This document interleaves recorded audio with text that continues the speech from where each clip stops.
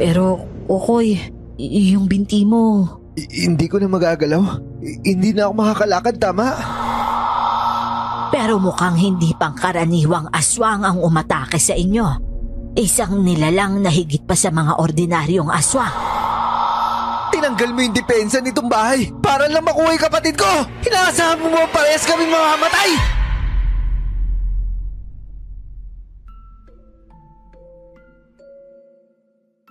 Magandang araw sa inyong mga tagapakinig sa channel na ito. Meron bang nangyari sa inyong isang kalupitan na hindi nyo masikmura? Isang bagay na pilit nyong gustong kalimutan, pero hindi nyo kaya dahil gusto nyo ng hustisya. Yung tipong gusto nyong maghigante sa nangapi sa inyo. Sabi nga nila, may presyo daw ang paghihigante. Dahil kung hindi ka mag-iingat, kung sino man daw ang tumutugi sa mga halimaw, pwede ring maging halimaw sa proseso ng pagkamit ng mailap na hustisya. Ako nga pala po si Kokoy. At ito ang aking kwento. Bago ko po simula ng istorya, huwag kalimutang mag-subscribe bilang suporta sa ating channel. Nagsimula ang lahat sa aking kaarawan. Masaya ako dahil patapos na ang klase ko. Excited ako kasi makakauwi na. Gutom na kasi ako noon. Gusto ko na ng karne. Gusto ko ng barbecue kaya bala kong mag-ihaw sa bahay. Nagmamadali akong paalis noon nang may humarang sa akin. Happy birthday, Kokoy! Oh, saka mamaya. Salamat ah. Wala naman akong plano. Sa bahay lang siguro. Bakit? Wala lang. Baka gusto mong lumabas. Tara, celebrate tayo. Hindi na. Okay lang ako. Sige na, ililibre kita. Birthday mo naman eh. 18 ka na, di ba? Inom tayo para masaya. Ano, tara? Hindi na siguro. Ano ka ba? Ayos lang ako, no? Baka kasi kumain kami sa bahay. O sige na, una na ako. Isa na naman sa mga kaklasikong babae ang nag-aaya lumabas para sa aking kaarawan. Mabilis akong tumakas paalis dahil mas gusto kong magdiwang kasama ang pamilya ko. Matagal na akong tinatanong ni nanay kung bakit hindi ko gustong manligaw o kahit pansinin ang mga babaeng nagbibigay sa akin ng atensyon. Pero simula kasi nang namayapa si tatay, pinangako ko sa sarili ko na hindi ko uunahin ang sarili at magseseryoso muna ako sa eskwela at trabaho. At hindi kasama sa plano ko ang pagkakaroon ng kasintahan. Maliban sa sakit sa ulo, sakit pa sa bulsa. Hindi naman kasi kami mayaman. Albularya si nanay at nagsasanay na rin ako para makatulong sa kanya. At ang nakababata kong kapatid, nag-aaral din kagaya ko, kaya doble kayod talaga si nanay. Happy birthday, kuya! Bakit ang aga mo nakauwi? Salamat, Dahlia. Syempre naman, para makapagsalo-salo tayo. Kayo kasi yung gusto ko makasama sa kaarawan ko. Talaga, kuya? Wala kang kadate? Ano naman yung date na naririnig ko, iho? Wala, Noy. Wala po, no? Ito talaga si Dahlia, mapag-imbento. Ay nako, ikaw talaga. Sino na namang humahabol sa yung babae? Si nanay naman, no? Wala ho. So, sa akin ka pa talaga nagtago. Manang-mana ka talaga sa tatay mo. Alam mo bang lahat ng babaeng nakakakita sa kanya, nahuhumaling dun sa mokong na yun? Paano ba naman kasi? Kakaiba talaga ang kisig ng tatay mo. Opo, Nay. Di ba sinabi niyo na sa akin yan ng paulit-ulit? Kesyo, napakagandang lalaki ni tatay. Tapos lahat ng mga taga-baryo nagkakagusto sa kanya dahil matipuno yung katawan niya. Pero si nanay lang yung pinapansin ni tatay. Ikaw lang yung pinakasalan, di ba, Nay? Abay, tama ka, anak.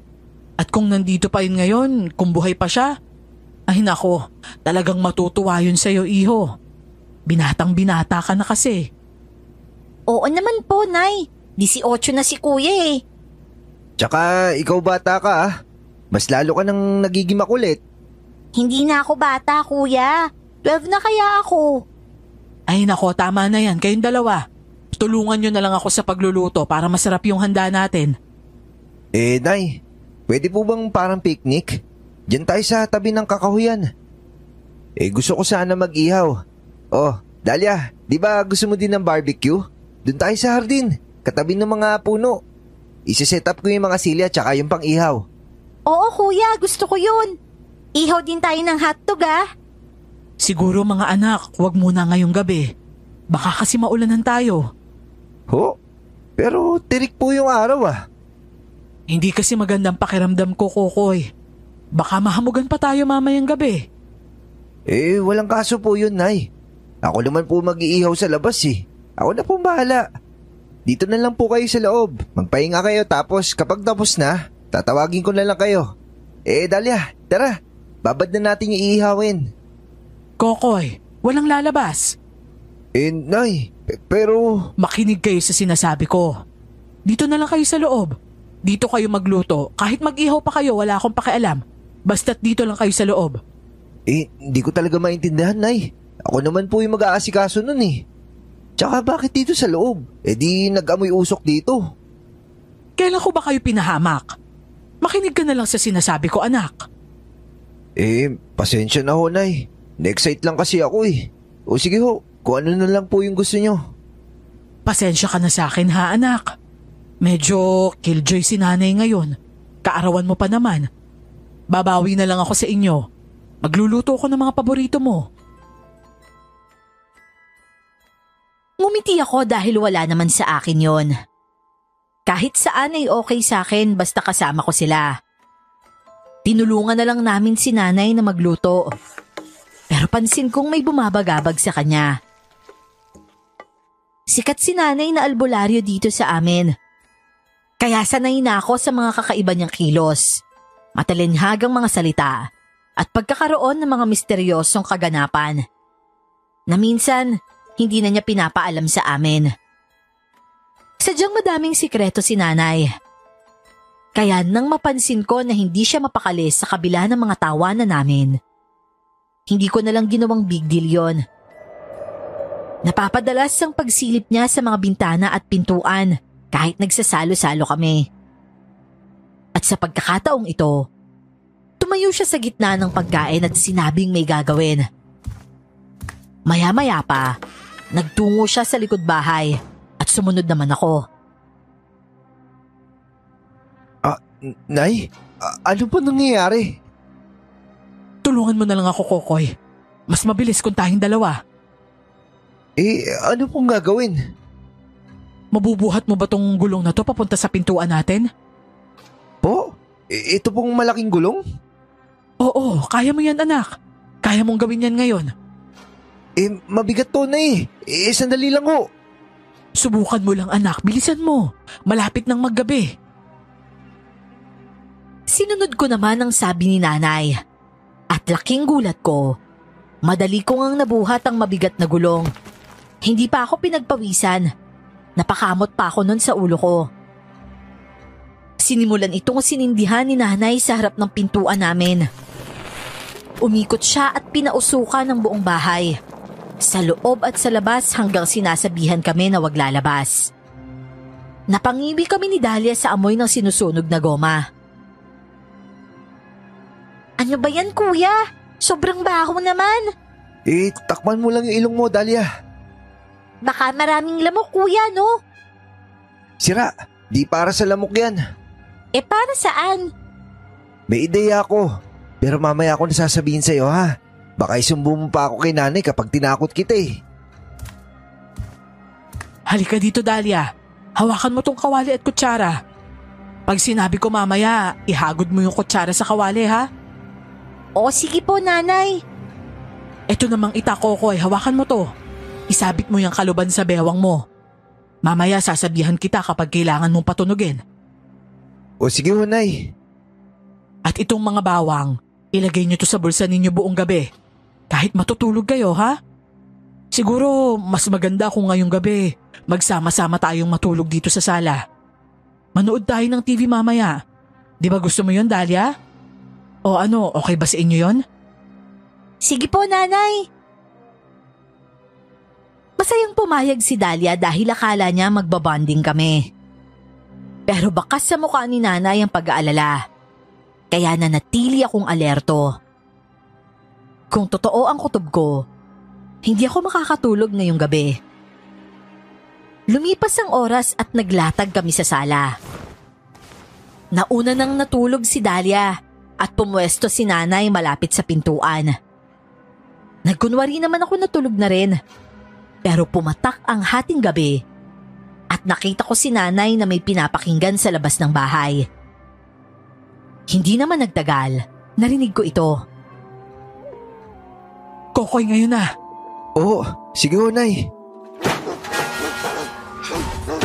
Lakasan mo pa, Kokoy.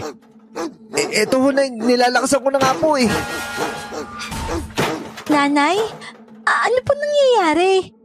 Dahlia, dito ka lang sa likod ko. Sumunod si Dahlia at nagtago sa likod ko. Habang si nanay naman, nakamasid sa pintuan at nag-oorasyon. Maya-maya ay sinabuyan niya pa ng asin ang mga bintana at pintuan. Mga lecheng aswang kayo! Huwag kayong papasok dito! Umalis kayo dito! Alis! Nay! Dahlia, huwag kang maingay. Hayaan mo si nanay. Ito, kunin mo na itong kawali. Tumulong ka na lang. Sinasabi ng lumayas kayo dito sa pamamahay namin. Marami kaming sandata at hindi kayo makakapasok dito. Papaslangin namin kayong lahat. Dahil hindi naman gawa sa yero at puro kahoy lang, ramdam at rinig namin na may umaapak sa taas ng bubong namin. Nilabas ko ang ita ko at nag-abang. Napatingin kaming tatlo dahil may kumakalampag sa bintana at kusina. Tumakbo ko papunta dito dahil nanginginig na ito sa puwersahang pagbukas nito mula sa labas. Sa lakas ng mga paghampas sa bintana, nagkaroon na ng uwang at nakita ko na may matatalas na kuko ang nagpupumilit pumasok. Kaya sinabuyan ni nanay ng langis ang bintana at umusok ang mga kuko na yon. Hinata ko ang hawakan ng bintana at dali-dali namang naglagay ng malapad na kahoy si nanay para maikalang. Hindi naman nagtagal. Nawala na rin ang mga tunog sa taas at labas ng bahay. Pero hindi kami nakahinga ng maluwag hanggat hindi sumisikat ang araw. Laking pasalamat ko na nakatulog na rin si Dahlia. Pero kaming dalawa ni nanay, tirik ang mga mata at puyat. Nay, mga aswang yung kagabi, tama ba ako? Ginawa natin yun kasi ayaw namang aswang yung maamoy yung sunog ng goma, di ba? Tapos kapag narinig nila yung tunog ng kwali, ayaw nila nun, di ba? Lahat yun ginawa natin para lumaya sila at hindi tayo pasukin dito. Tama ka, Kokoy. Aswang nga yun. Pero umatras sila. Magaling yung ginawa mo, anak. Nay, totoo pala talaga. Akala ko po, kwentong bayan lang yung tungkol sa mga aswang. May mga bulungan na meron sa bundok pero hindi ko inakalang meron talaga dito sa lugar natin. Alam mo, anak, bilang albularyo, maraming iba't ibang klaseng nilalang ang kasama natin dito. Kasama na dun yung mga aswang. Yun yung nakita nyo kagabi. Pero bakit to? Ano ang ginagawa nila dito? Ipapaliwanag ko ang lahat, anak. Pero sana maintindihan mo, ha? Nanay? Ano po nangyayari? Simula ngayon kailangan yung mag-ingat, mga anak. Doble ingat pa kung maaari. Tinutugis tayo ng mga aswang. Kaya wag na muna kayong pumasok sa eskwela. Pero bakit po, Nay? May exam po ako eh. Babagsak po ako pag di ako kumuha ng exam. Nay, ako din ho eh. Exam week namin ngayon. Finals pa. Ay nako, ganun ba? Ibang klase kayo talagang dalawa, no? Ngayon lang ako nakakita ng mga estudyanteng ayaw umabsent. Paano yan? Di kayo nakapag-aral. Kayang-kaya ko na po yun, Nay. Pero kailangan pa rin nandun ako para kumuha ng exam eh. Nay, gaano po ba kapanganib yung sinasabi niyo aswang? Hindi naman po siguro kami susundan nun sa school, di ba? Ganito na lang po. Susundin ko na lang tsaka ihatid si Dahlia. Babantayan ko po siya. Hindi naman sa pinagbabawal ko, anak. Gusto ko lang kayong mag-ingat. Wag po kayo maglala, Nay. Umaga pa naman eh. Tsaka may araw pa. Hindi ba't sa gabi lang lumalabas yung mga aswang na yun? Ako na pong bahala kay Dahlia. O sige anak, pero huwag kayong magpapaabot ng gabi sa labas ha. Nakapasok kami ng maayos. Hindi ko pa rin alam kung bakit kami pinupuntirya ng mga aswang. Pero hindi naman na ito bago sa larangan ng trabaho ni nanay, na sadya namang mapanganib. Marami siyang nakakabanggang masamang nilalang na kailangan niyang kalabanin at puksain. Kaya naman sinundo ko agad si Dahlia pagkatapos ng klase niya. Hindi ko siya hinayaang mawala sa paningin ko at nagsabay kami pauwi. Nasa tabi ng kakahuyan ng kubo namin sa dulo ng bayan. Kaya naman nilabas ko agad ang balisong na tinatago ko sa bag. Hala kuya, buti na lang hindi yan nakita sa school kanina. Shh! Kamaingay, Dahlia. Kailangan natin to. Nakakatakot naman yan kuya. Pwede din ba akong magdala ng sandata? Gusto ko yung itak eh. Mabigat para sa iyo yung itak, Dahlia. Pag-uwi natin, bibigyan kita ng pandepensa mo. Tsaka huwag ka matakot. Poprotektahan naman kita lagi eh. Pero kahit wala ako, dapat matapang ka ha. Kahit anong mangyari, dapat marunong kang lumaban. Basta huwag mo din kakalimutan yung bawang sa bulsa mo ha. Hindi sila makakalapit sa'yo kapag may bawang ka. Pero mali pala ang akala kong ito. Dahil ilang hakbang na lang at makakarating na kami sa bungad ng kalsada, papasok sa amin, nang biglang may humablot kay Dahlia. Napakabilis ng pangyayari at hindi ko na namalaya na wala na siya sa tabi ko kung hindi pa siya sumigaw. Sinundan ko sila at isang malaki at mabangis na lalaki ang may hawak sa kapatid ko. Habang nagpupimiglas naman si Dahlia. Nakaabot ako sa kanila at nagawa kong saksakin ng balisong ang lalaki sa braso. Walang epekto ito sa kanya. Huminto lang siya at tiningnan ako. Tinapik pa niya ang balisong na nakatusok sa kalamnan niya at ngumisi. Napakatalas ng pangil ng aswang. Binigwasan niya ako kaya napadapa ako sa lupa sa sobrang lakas nito. Pero sumugod ako ulit. Bawat paglusob ko, mas malakas ang atake niya sa akin.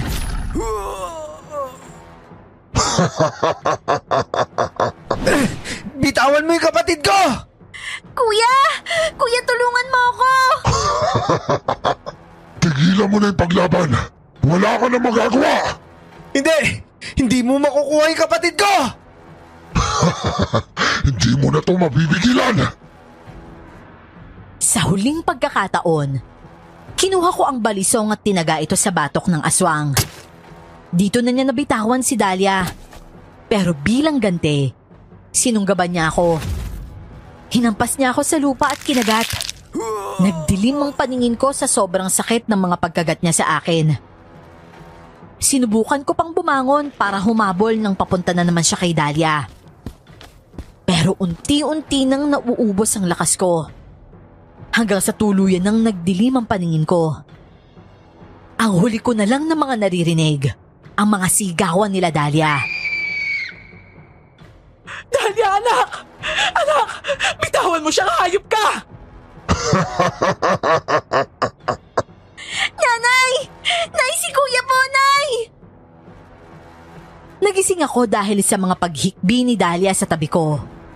Paulit-ulit niyang sinasabi na kinuha ng aswang si nanay. Nung umpisa ay hindi ko pa maintindihan dahil hilong-hilo ako at nagdodoble ang paningin. Dahlia? Anong nangyari? Kuya! Kinuha ng aswang si nanay! Dahlia, tulungan mo akong bumangon. Aray! Aray ko! O sige lang, Dahlia. Itayo mo ko. Susundan ko si nanay. Pero wala na sila, kuya. Wala na sila. Hindi. Susunod ako. Dito ka lang. Ililigtas ko si nanay. Yung mga sugat mo, kuya. Hindi mo na kayang tumayo. Kakayanin ko. Kailangan ko lang ng gamot mula sa bahay. Tulungan mo ako kumuha ng gamot sa bahay. Ay, yung binti ko, hindi na ako makatayo. Nagkalat yung dugo, kuya. Kinagat ka niya. Ang dami, sobrang dami niyang kagat. Ginapang ko na pauwi sa bahay.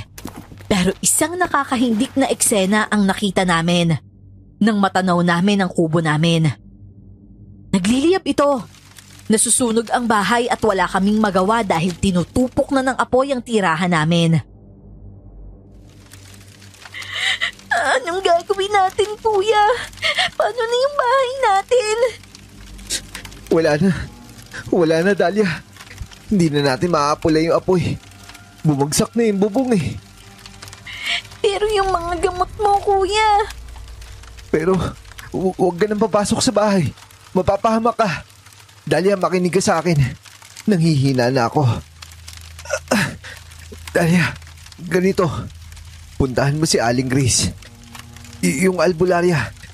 Humingi ka ng tulong. Pasensya na. Hindi ko na kaya. Kuya! Kokoy! Kokoy, naririnig mo ba kami? Kokoy, gumising ka na.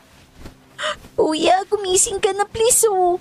Kailangan mo nang gumising. Si nanay. Namulat na lang ako sa kama ng hindi ko kilalang kwarto dahil sa mga boses na gumigising sa akin. Nakita ko si Dahlia sa aking tabi na namimintog ang mga mata. Sa kabilang panig ng kama ay nakatayo ang kaibigang albularya ni nanay na si Aling Grace at ang anak niyang si Stella at hindi maipinta ang mga mukha nila. Dahlia, mabutit nakahingi ka ng tulong. Ay, salamat naman at gising ka na. Pasensya na ho ah.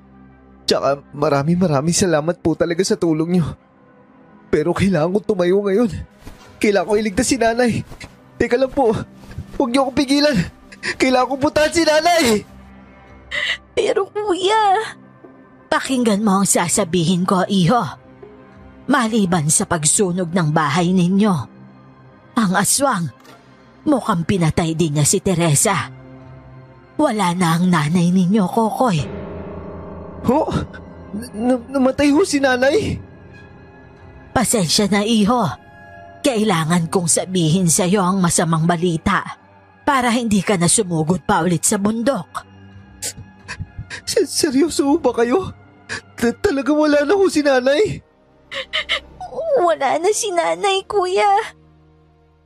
Hinanap ko ang katawan niya at kung nasaktan din siya ng aswang katulad mo, malamang matatagpuan ang katawan niya dito lang din sa kakahuyan. Pero paano niyo po na sigurong patay na siya? Sinaktan siya nung aswang, kuya.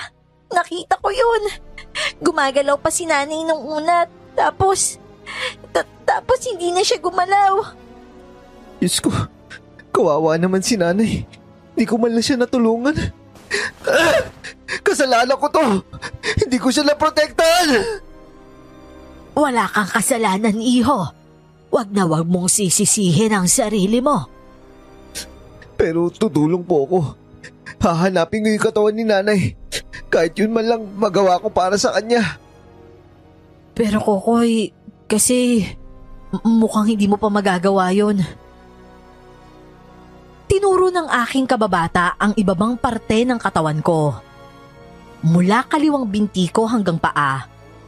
Punong-puno ito ng mga nakatapal na malalaking dahon. Sinubukan kong bumangon pero hindi ko maigalaw ang paa ko. At napakahapdi ng binti ko. Inangat ko ang dahon at nakita kong luray-luray ang binti at paa ko.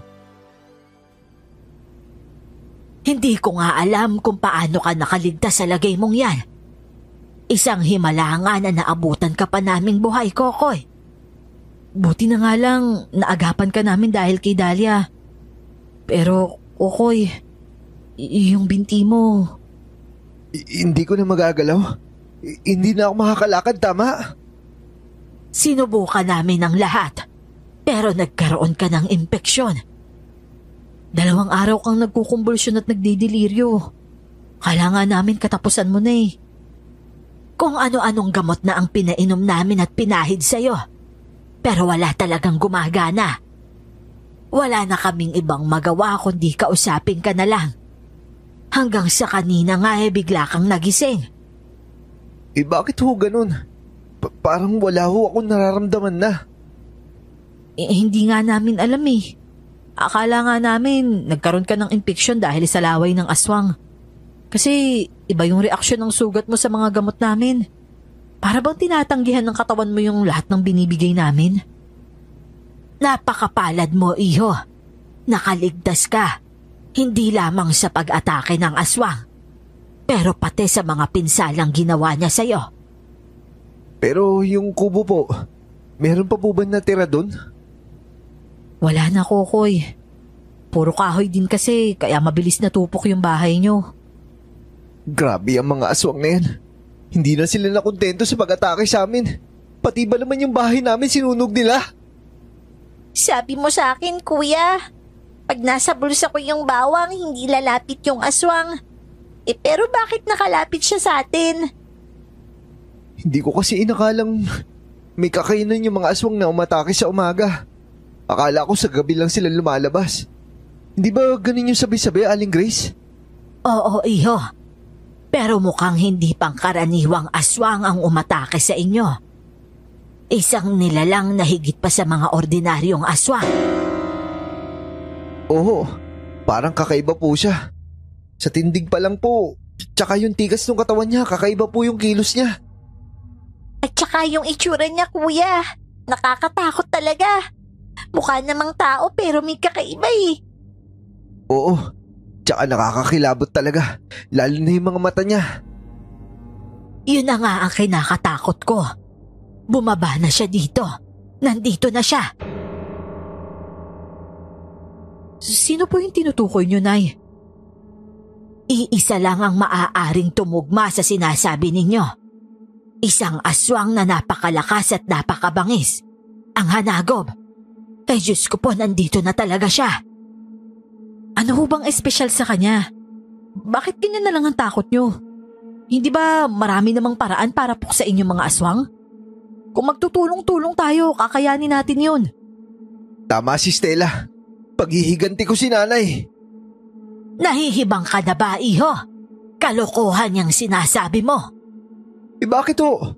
Kahit ganito ko, kahit baldado na ako, gagawa pa rin ako ng paraan. Dahil kakaibang uri ng aswang ang gusto mong kalabanin. Naiintindihan mo ba yon? Pero wala akong pakailam. Pinatay niya si nanay. Bakit? Kahit naman may gumagana kang mga paa, may nagawa ka ba laban sa kanya? Hindi ba't nilampaso ka lang din niya? Tama si Nanay Kokoy. Wala kang laban. Masyado siyang malakas. Wala talaga. Dahil pinakamataas na uri ng lalaking aswang ang Hanagob. Puro ang dugo nila.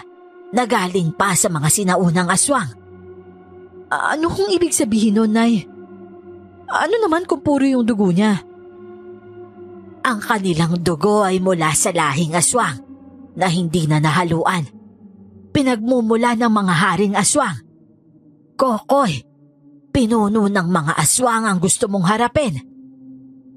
Kaya pala po ganun siya kalakas.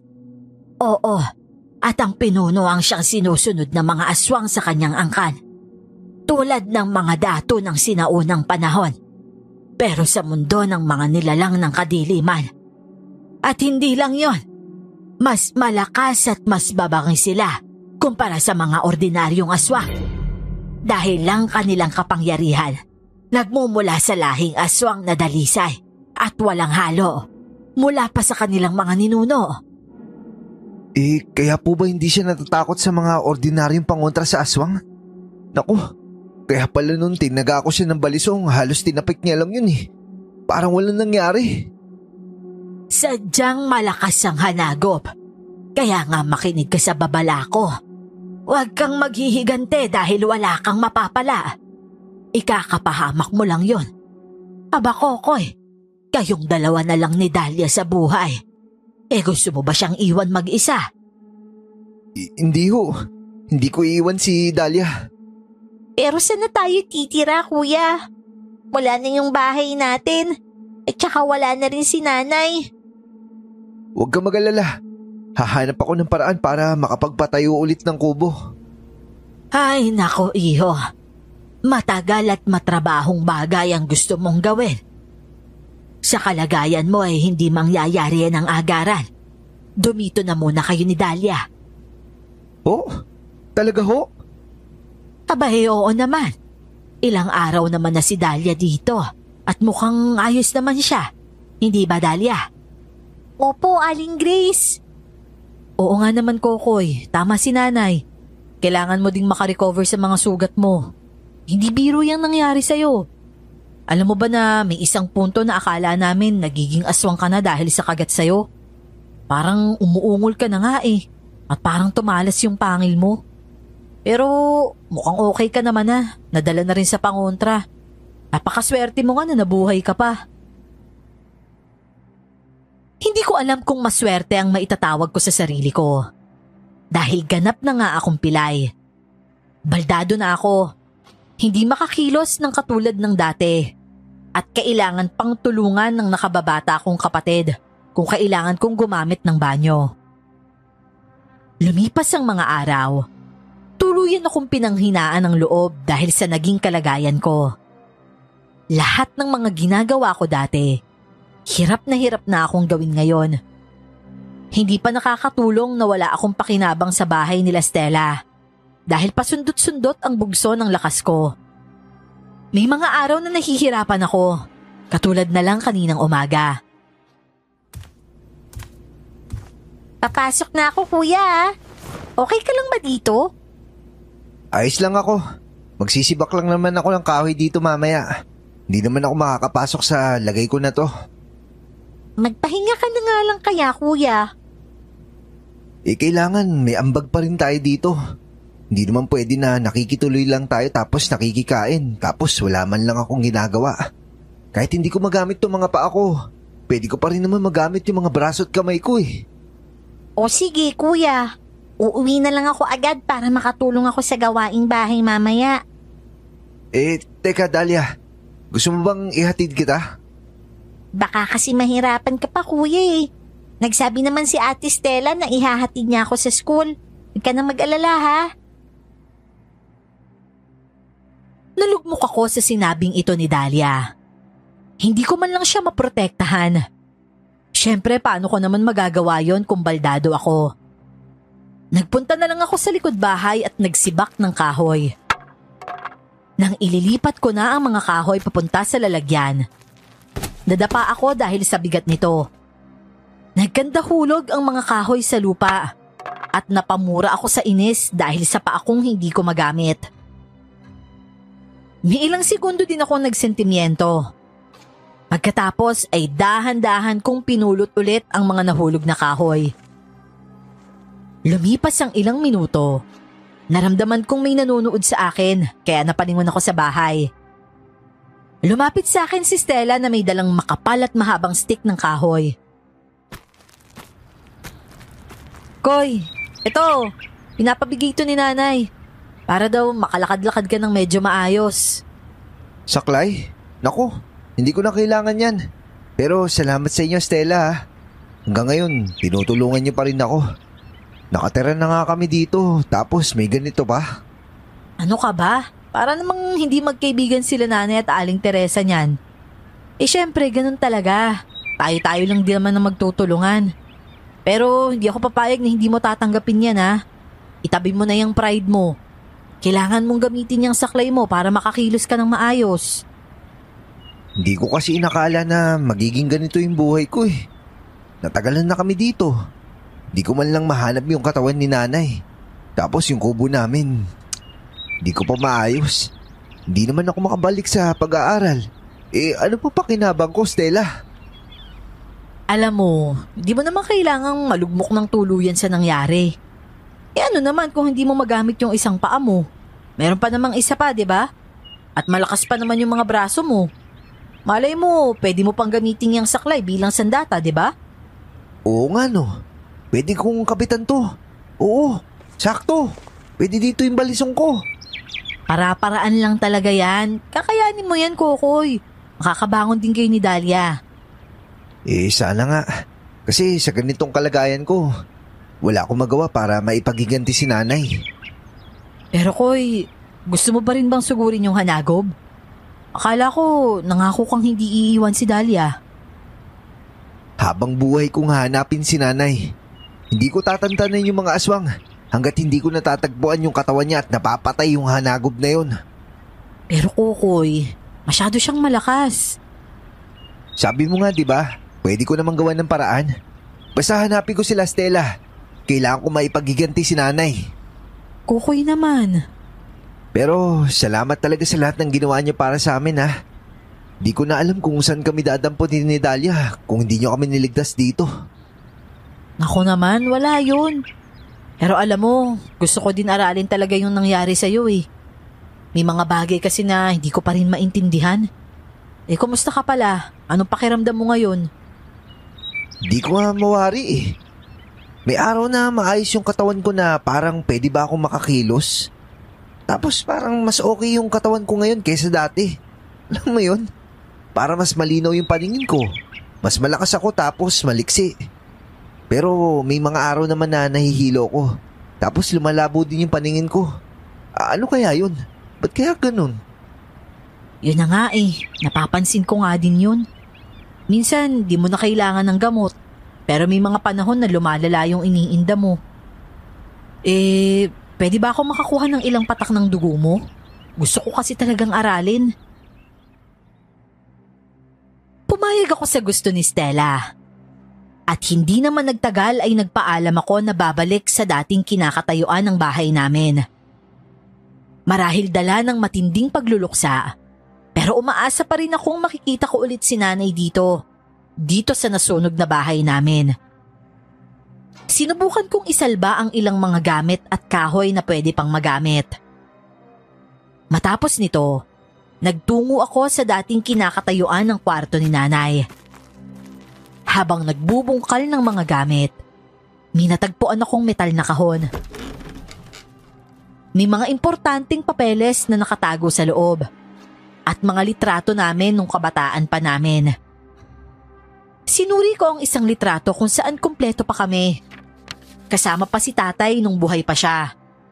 At nagtaka ako sa nakita ko. Pamilyar ang ganung buhok ni tatay.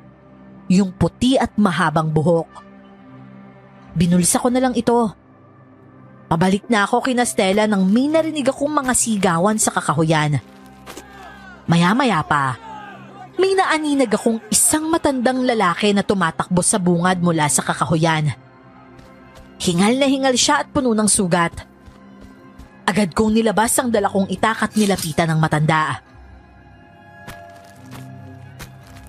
Tatang, okay lang po ba kayo? Sino po humahabol sa inyo? Mabangis na nilalang. Nandyan na siya. Naku, aswang po ba yun? Nagtago siya sa likod ng malaking puno. Nagtago din ako sa katabing puno nito. Nilabas ko ang ita ko at nag-abang. Isang bakulaw ang lumitaw at agad na tinugis ang matanda. Maitim, matipuno at napakalakas ng nilalang na inaararo lang ang mga malalaking puno para maabot ang matanda. Sinubukan ng matanda na yumuko at magtago sa isang malaking bato, pero tinulak lang ito ng aswang. Hinablot niya ang matanda. Hinawakan niya ang leeg at sinakal ito. At sa isang iglap, kinagat siya ng aswang sa balikat. Tinaga ko ang itak sa likod ng aswang, pero napakatigas ng itim na balat nito. Hindi man lang nahiwa ang balat niya. Napalingon siya sa likod at nakita ko. Nanlaki ang butas ng ilong nito na para bang may inaamoy. Kinuha ko ang pagkakataon para itarak ang itak sa kanyang leeg. Pero ganun pa rin. Walang nagawa ang talim ko laban sa kanya.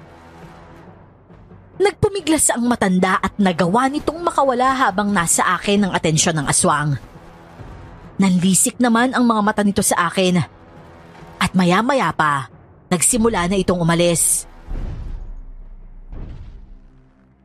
Manong? Manong, okay lang po ba kayo? Kailangan na natin umalis dito. Baka bumalik siya. Ayos lang ako. Hindi na siya babalik. Nakuha niya na yung gusto niya. Ho? Ano po yun? Nagawa niya na akong kagatin. Sandali ho. Meron po akong halamang gamot dito. Lagyan po natin yung sugat niyo. Magagamot pa po natin yan. Nakagat din po ako ng aswang eh. Pero gumaling po ako. Salamat, iho. Salamat at dumating ka. Nailigtas mo ako. Ho? Ako? Hindi naman ho. Wala naman pong kwento yung ginawa ko sa kanya. Napakakapal nga po tapos ang tigas ng balat niya eh. Ikaw yung nagligtas sa akin. Maniwala ka. Ikaw yung dahilan kaya siya umalis. Ha?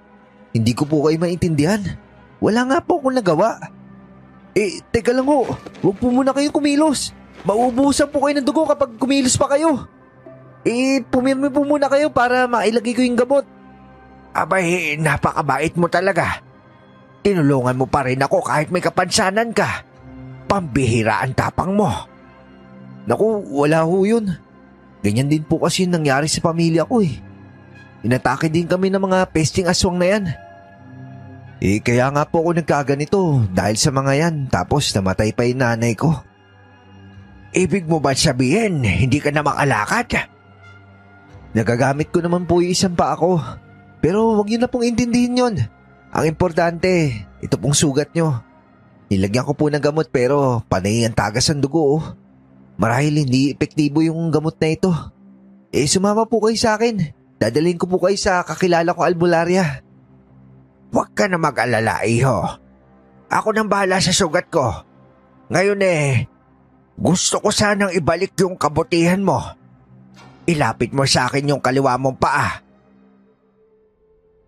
Sinunod ko ang sinasabi ng matanda at nilapat niya ang kamay niya sa binti at paa ko. Naramdaman kong umiinit ito. Namangha ako dahil ang kirot na nararamdaman ko kanina biglang naglaho. Ganti ko yan sa pinamalas mo katapangan. Tatagan mo ang kalooban mo sa mga susunod na mangyayari. At tandaan mo na mag-iingat ka sa mga pinagkakatiwalaan mo. Ano pong ibig niyo sabihin? Pero bigla na lang naglaho ang matanda. Hinahanap ko siya sa kakahuyan pero hindi ko na talaga siya makita. Hindi ko naman napansin na sa bawat pag-apa ko sa lupa, hindi ko na kailangan ang saklay ko. Pinagaling ng matanda ang pilay ko at nakakalakad na ako ulit. Dali-dali akong bumalik sa bahay nila Stella para ibalita ang nangyari sa akin. Nadatnan ko si Dahlia na naghihintay sa akin sa labas ng bahay. Nakakunot ang noo niya at tila ba nag-aalala. Oh, Dahlia, ano nangyari? Ba't ganyan itsura mo? Nag-aaway kasi sila Aling Grace at Aling Stella, kuya. Teka lang sandali. Bakit? Ngayon mo lang napansin? Hindi ko nagamit yung saklay ko. Anong ibig sabihin yan, kuya? Nakakalakad ka na? Oo, gumaling na yung pilay ko, Dahlia. Magaling na ako. Talaga, kuya? Paano naman nangyari yun? Nakakatuwa naman yan. Mahabang kwento. Pero may nakilala ako mahiwagang matanda sa kakahuyan. Malapit dun sa kubo natin. Pinagaling niya ako kasi niligtas ko daw siya laban sa mga aswang. May kinalaban kang aswang, kuya? Napatay mo? Di nga Parang hindi ko talaga siya nilabanan. Ayaw kasing tumalab nung itak ko sa balat niya. Pero sabi nung matanda, ako daw yung dahilan kung bakit umalis yung aswang. Tama ba yung narinig ko, Koy? Magaling na yung paa mo at may kinalaban ka ulit na aswang? Oo, Stella. Tignan mo Mabuti naman natupad na yung pinapangarap mong manumbalik yung dati mong pangangatawan at likse. Pero ano ka mong nangyari dun sa matanda? At paanong hindi tumalab yung itak sa aswang? Di ko nga alam Napakabilis nung pangyayari. Hindi ko pa rin maintindihan hanggang sa ngayon. May mga sinabi din sa akin na babala yung matanda. Na mag-ingat daw ako sa mga pinagkakatiwalaan ko. Tsaka maghanda daw ako sa mga susunod na mangyayari. Pero ano kayang ibig niya ipahiwatig sa mga sinabi niya? Ano, Nay? Ano sa tingin nyo? Nagulat ako nang biglang sumulpot si Aling Grace. Seryoso ang mukha niya at malalim ang tingin kay Stella. Si Stella naman ay diretso ang mukha at para bang hinahamon ang matanda. Napakamot ako sa ulo ko sa nangyayari sa mag-ina. Marahil ay hindi pa tapos ang pagtatalo nila. Binalita ko na lang ang magandang pagbabago sa akin. Aling Grace, nandiyan pala kayo. Tingnan niyo magaling na ako. Narinig ko nga. Napakagaling ng nangyari, iho. Abay, mabuti naman. Masaya ako para sa'yo. May alam po ba kayo sa matandang nakita ni Kokoy? Pakiwari ko, hindi siya normal na tao lang kung may kakayahan siyang pagalingin si Kokoy. Iba't ibang gamot at pamamaraan na yung ginawa natin, pero sa isang iglap nagawa niya yun. Ano kaya yun, Nay? Hindi ko alam. Marahil maswerte lang talaga itong si Kokoy. Dahil mabuti ang kalooban niya. Talaga, Nay? Wala kayong alam tungkol sa mga nilalang na biglang nagsusulputan na lang dito sa atin? Wala talaga, Nay? Ano bang ibig mong iparating sa tono ng pananalita mo, anak? Wala rin naman ho, Nay. Nagdabog ang dalaga paalis. Nagtaka naman ako kaya sinundan ko siya sa likod bahay nila. Naghahasa siya ng kanyang bolo at halatang may bumabagabag sa kanya. Tinabihan ko siya at hindi ako nagsalita. Hinintay ko lang na mauna siyang magsabi kung anong nangyayari sa kanya. Alam kong may tinatago si nanay. Hindi ko alam kung ano mismo eh. Pero alam kong may kinalaman sa'yo at sa mga aswang. Paano mo nasabi? Alam mo bang may iniinda siyang sakit mula sa isang malubhang sugat? Nagsimula yon nung araw na inatake kayo ng mga aswang. Ilang araw na siyang umaalis ng bahay nang walang pasabi kung saan siya pupunta. Di ba nakakapagtaka yun? Yung mga pasikretong kilos niya na ganun? Ano bang gusto mong tukuyin, Stella? Kasi wala kayong ginawa kundi tulungan kami. Hindi ko na nakikita na may iba pa palang hangarin yung nanay mo, maliban sa pagtulong sa amin. Hindi ko nga rin alam ko eh. Basta ang alam ko lang, simula nang may mga patago siyang ginagawa, hindi na siya nakikipag-usap sa akin. Dati sinasama niya ako sa lahat ng lakad niya. Tinutulungan ko siya. Kung hindi naman ako pwede, nagpapasabi siya kung saan at anong gagawin niya. In case lang na mapahamak siya at kailangan niya ng tulong. Parehas kaming ganun eh. Pero simula nung may mga narinig na akong tungkol sa mga aswang na yan, di na talaga siya nagsasalita. Baka naman ayaw ka lang niyan takutin, Stella. Yung mga nilalang ng kadiliman, nakita ko sila harap-harapan. Nakakatakot talaga yung mga yun. Alam mo, hindi ako takot sa mga aswang na yan. Meron akong mga sandata laban sa kanila. At alam niya namang hindi ako takot at kahit kailan hindi ako maduduwag sa mga ganyan. Baka lang naman ayaw kanya malagay sa panganib. Gusto kanyang ilayo sa mga sitwasyon na ikakapahamak mo. Araw-araw akong nagsasanay para labanan yung mga ganyan. Alam niya naman yun. Maliban sa panggagamot, bihasa ako sa pakikipaglaban. Pero Stella, ibang klase talaga yung aswang na nakita ko. Hindi nga gumagana sa aswang yung talim ng itak ko eh. Grabe talaga itim yung balat niya. Tapos napakalaki nila lang. Hindi kaya agaras yung nakita mo? Ganun-ganun kasi yung paglalarawan sa kanila eh. Hindi rin sila tinatabla ng kahit anong sandata o talim yung mga balat nila. At sadyang makapangyarihan yung mga agaras. Dahil kapag kumagat daw yung mga yon, yung laso na galing sa laway nila nagdudulot ng matinding impeksyon sa biktima. Ha? Kinagat niya yung matanda eh. Nako, ang alam ko nga may lason yung ganun eh. Kaya nakakapanghina yun ng katawan. Kaya nagiging mahirap para sa biktima na makalaban o makatakas. Kaya pala sinabi ng matanda na nakuha na nung agaras yung gusto niya. Yun pala yun yung kagatin yung matanda. Pero teka, may napansin ka bang kakaiba dun sa matanda? Kasi yung mga agaras, kinakatakutan hindi lang ng mga tao pero pati ng mga aswang. Kinakasuklaman sila ng iba pang uri ng mga aswang. Kasi nga, kumakain sila ng mga mas mababang uri. Pati na rin yung iba pang nilalang gaya ng mga engkanto at lamang lupa. Mukhang hindi ordinaryo matanda yung nakita ko. Pero bakit ganun yung babala niya sa akin? Di ko rin alam, Koy. Pwede mo ba siyang matuntun ulit para makausap? Gusto ko nga subukan eh. Baka alam niya din yung tungkol sa hanagob. Ngayon okay na ako. Makakamit ko na yung pagiganti na nais ko para sa nanay ko. Kailangan pa ba talaga, Koy? Hindi pa ba sapat na naligtas kayong magkapatid? Kahit kailan, Stella, hindi magiging sapat to dahil sa lahat ng ginawa niya sa amin. Sa ginawa niya kay nanay. Lahat gagawin ko para mapatay yung hayop na yun. Pero kahit naman na magaling na yung pilay mo, wala ka pa rin namang laban sa pinuno ng mga aswang, Koy. Hari yun ang aswang. Ano namang laban mo dun? Hindi ko alam. Pero hahanap ako ng paraan. Pwede bang pag-isipan mo na muna yan? Hindi lang naman kasi paghihiganti yung importante dito eh. Paano kung may mangyari sa'yo? Paano na si Dahlia? Pero kailangan ko pa rin subukan. Hindi mo ba naiintindihan? Habang buhay kong pagsisisihan sa sarili ko kapag hindi ko na ipaghiganti si nanay. Huminto ka nga muna para makapag-isip ka, Kokoy. Alam kong nababalot ka ng pagdadalamhati. Pero isipin mong mabuti. Bakit ba kayo tinutugis ng mga aswang sa simula pa lang?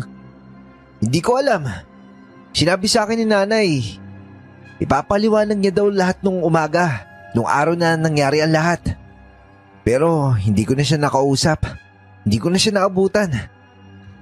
Narinig ko na lang na sinasaklolohan niya na si Dahlia.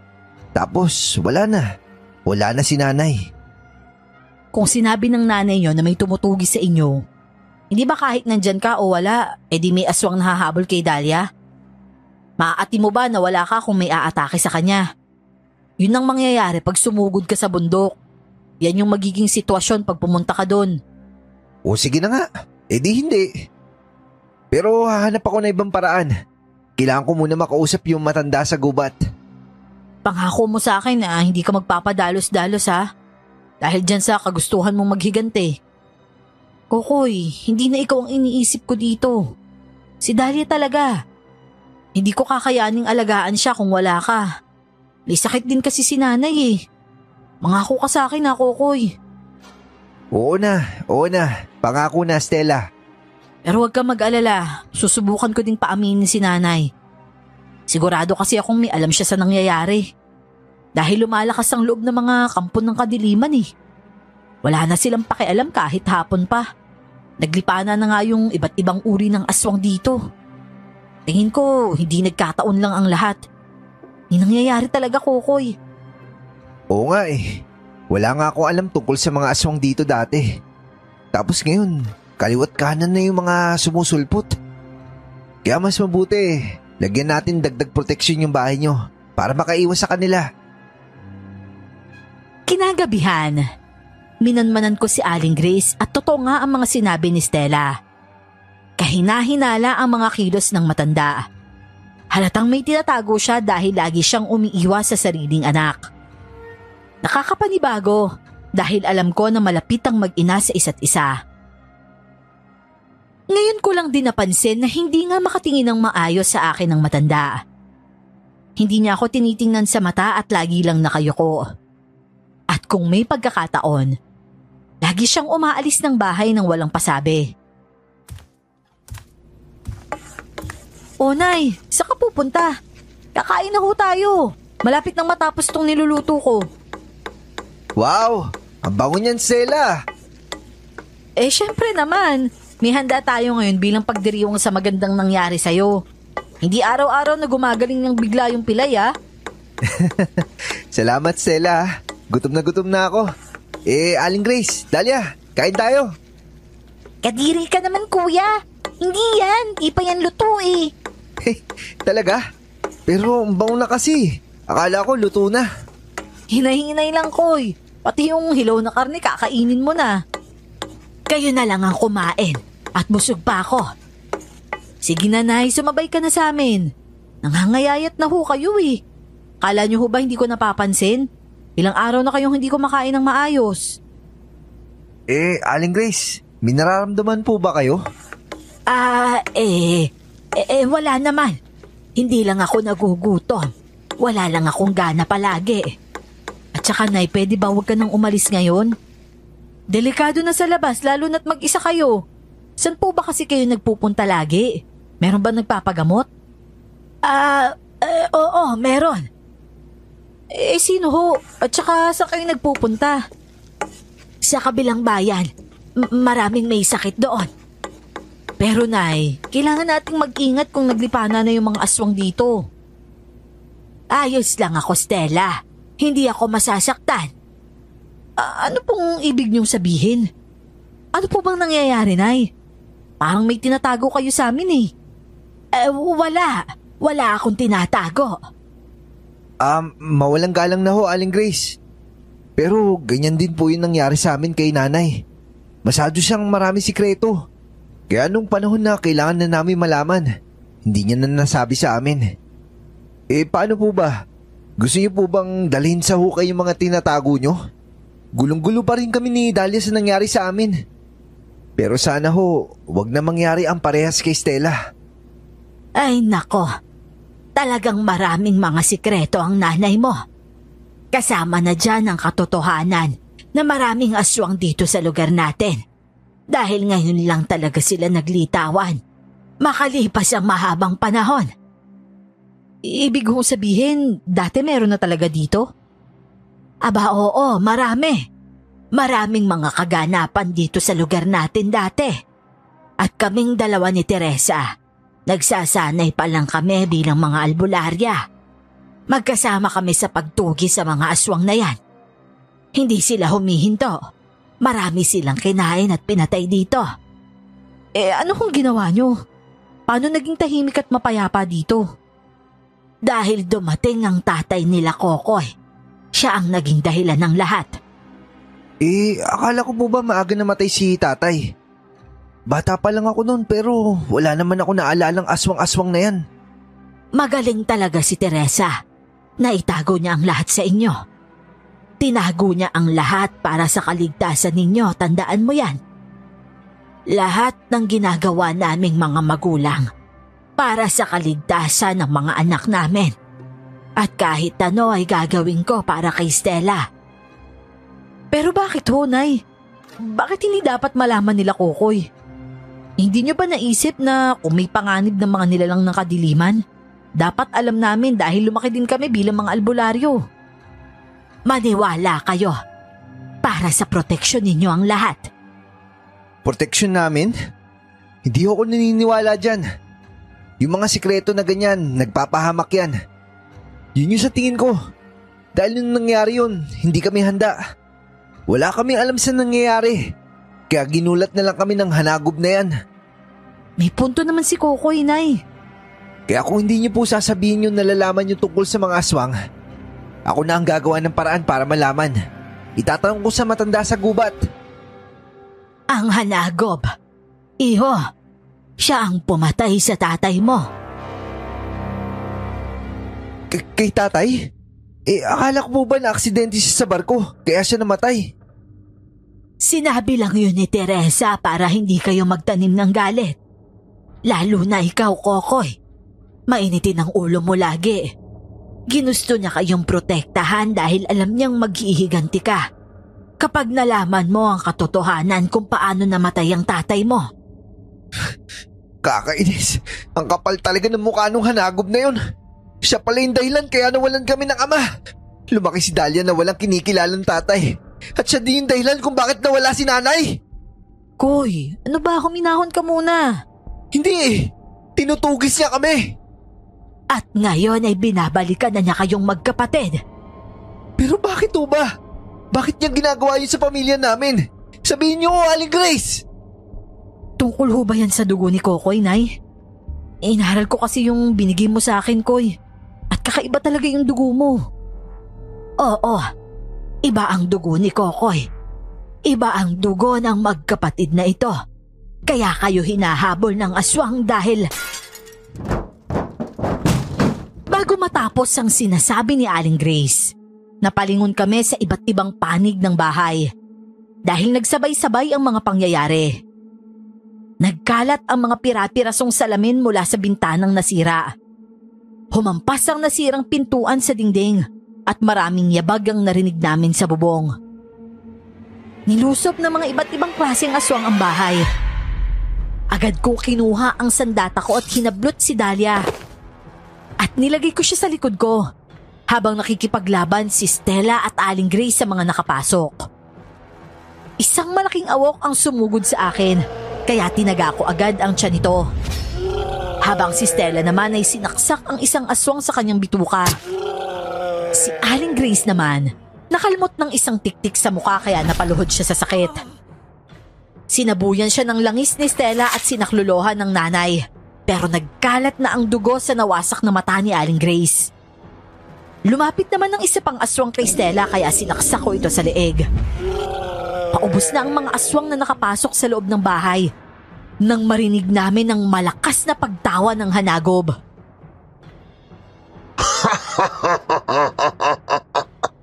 Nandiyan na siya! Stella! Kailangan natin lumabas dito bago tayo maibit sa pag-atake nila! Hindi, Kokoy! Barikadahan natin yung pintuan! Hindi natin sila kakayanin pag lumabas tayo! Marami pa sila sa labas! Hindi mo ba naririnig? Nasa labas lang sila! Walang kwenta yung pagpaplano nyo. Mga alagad, kunin ang bata! Ngayon na! Dahlia, magtago ka na sa kwarto at wag mong bubuksan yung pintuan. Kahit anong mangyari, kami na bahala dito. Bilisan mo! Pero kuya... Lumusob ang panibagong grupo ng mga aswang sa loob ng bahay. Tinulak ko si Dahlia papunta sa kwarto at sinarado ito. Hinarang ko ang sarili ko laban sa mga aswang na gustong pumasok. Tinabihan ako ni Stella at dito na sabay-sabay umatake ang mga aswang. Sa dami nila, hindi na namin kinaya pa na harangan ang pinto. Puno na ng sugat si Stella at si Aling Grace naman ay nakayuko na lang sa sahig. Hanggang sa may isang aswang ang biglang dumapo kay Stella at sinubukan siyang tangayin gamit ang mga pakpak nito palabas ng bintana. Agad kong hinatak ang paa ng aswang kaya napadaus-us ito sa sahig. Sa gitna ng mga nangyayari, narinig ko na may humahampas sa dingding sa loob ng kwarto. Sumunod na narinig ko ang mga sigaw ni Dahlia. Kuya, tulong! Tulungan mo ako, may pumapasok sa dingding! Agad kong binuksan ang pintuan ng kwarto at namataan na may gumigiba ng dingding. Kasabay nito ang isang aswang na tumalon sa akin kaya nadapa ako. Nakita ko naman si Stella na tumakbo papunta kay Dahlia at pilit na sinasaksak ang nagpupumilit na pumapasok na aswang sa kwarto. Ah! Tigilan niyo yung kapatid ko! Koko, yung dingding! Dahlia! Hinata ko si Dahlia nang biglang nawasak ang dingding malapit sa kanya. Nakapasok ang hanagob at natsyempohan nito si Stella. Wag! Wag si Stella! Wag ang anak ko! Ito ba? Ito ba yung anak mo? Maawa ka sa kanya! Wag siya! Huli na ang lahat. Wala na makakapigil sa akin! Umumang ang hanagob na dadakmain si Stella nang biglang humarang si Aling Grace, kaya siya ang nadakma. Kinagat ng hanagob si Aling Grace sa leeg. Inatake siya ni Stella pero binigwasan niya lang ang dalaga. Isang malaking aswang ang pumasok sa kwarto at nagsimulang sunggaban si Stella sa sahig. Kaya sumaklolo ko. Pero malaking pagkakamali ito dahil inatake pa ako ng isa pang aswang. Bumulagta ako sa sahig dahil nawala na sila. Pilit na tinataga ni Stella ang nakapatong sa akin na aswang na kinakagat naman ako sa braso. Nagawa kong tanggalin ang mga aswang pero dinumog na kami. Sinubukan kong depensahan si Dahlia hanggang sa makakaya ko pero sadyang marami na talaga sila. Hanggang sa gilid ng aking mga mata, nakita ko ang isang malaking pakpak. Napalingon ako dahil hinablot ng wakwak si Dahlia mula sa nakabukas na dingding. Tumakbo ko para habulin ang kapatid ko, pero dinakma ako ng hanagob. Nagpumiglas ako, kaya pinaulanan niya ako ng mga bigwas sa katawan, hanggang sa nanghina na ako ng tuluyan at nawala ng malay. Ginising ako ng pagtangis ni Stella. Kukoy! Kukoy, bumangon ka! Si nanay naghihingalo na. Si Dahlia tinangay nila. Teka, anong nangyari? Anong nangyari sa mga pangontra nilagay natin? Paano sila nakapasok? Pasensya na kayo. Pasensya na. Tinanggal ko. Kakasalanan ko lahat ng ito. Anong ibig niyong sabihin, Nay? Patawarin niyo ko, Stella. Ang kaligtasan mo lang ang lagi kong iniisip. Aling Grace, magpaliwanag kayo. Dahil wala na yung kapatid ko dahil sa inyo. Magsabi kayo ng totoo. Inaamin ko. Ako ang nagsabi sa mga aswang kung saan kayo nakatira. Sinabi ko kung paano kayo aatakihin sa bahay ninyo. Ako ang dahilan ng lahat ng ito. Pero bakit, Nay? Kapalit ng kaligtasan natin, anak. Ginawa ko ang lahat ng iyon para hindi nila tayo saktan. Sinakripisyo ko ang pamilya nila Teresa. Dahil alam kong hindi natin kayang kalabanin ng hanagob. Kaya nakipagsanib persa na lang ako sa kanila. Patawarin mo ko, anak. Kaibigan mo yung nanay ko. Pero ikaw pala yung dahilan ng pagkamatay niya. At ano?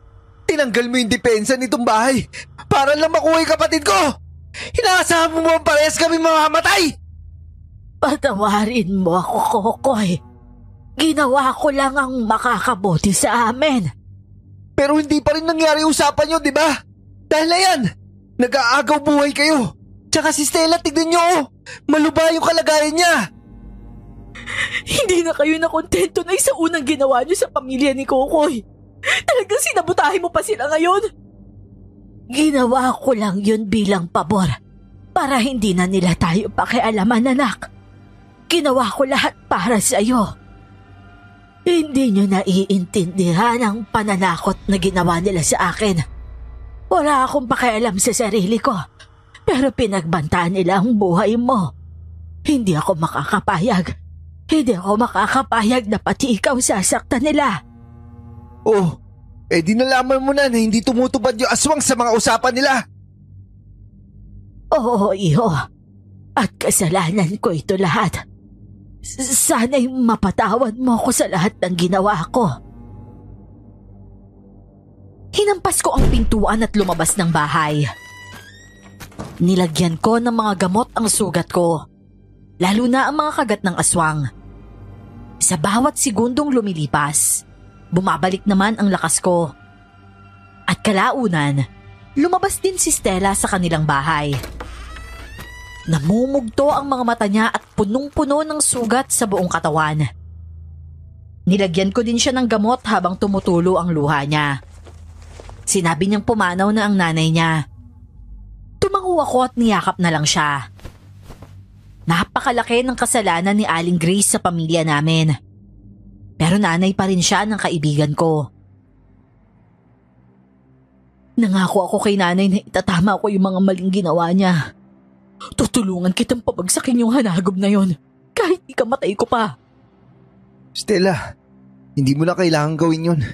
Hindi ikaw yung may kasalanan. Pero Kokoy, hayaan mo akong tulungan kita. Yun na lang yung magagawa ko. Pero labang ko to, Stella. Di ka dapat madamay dito.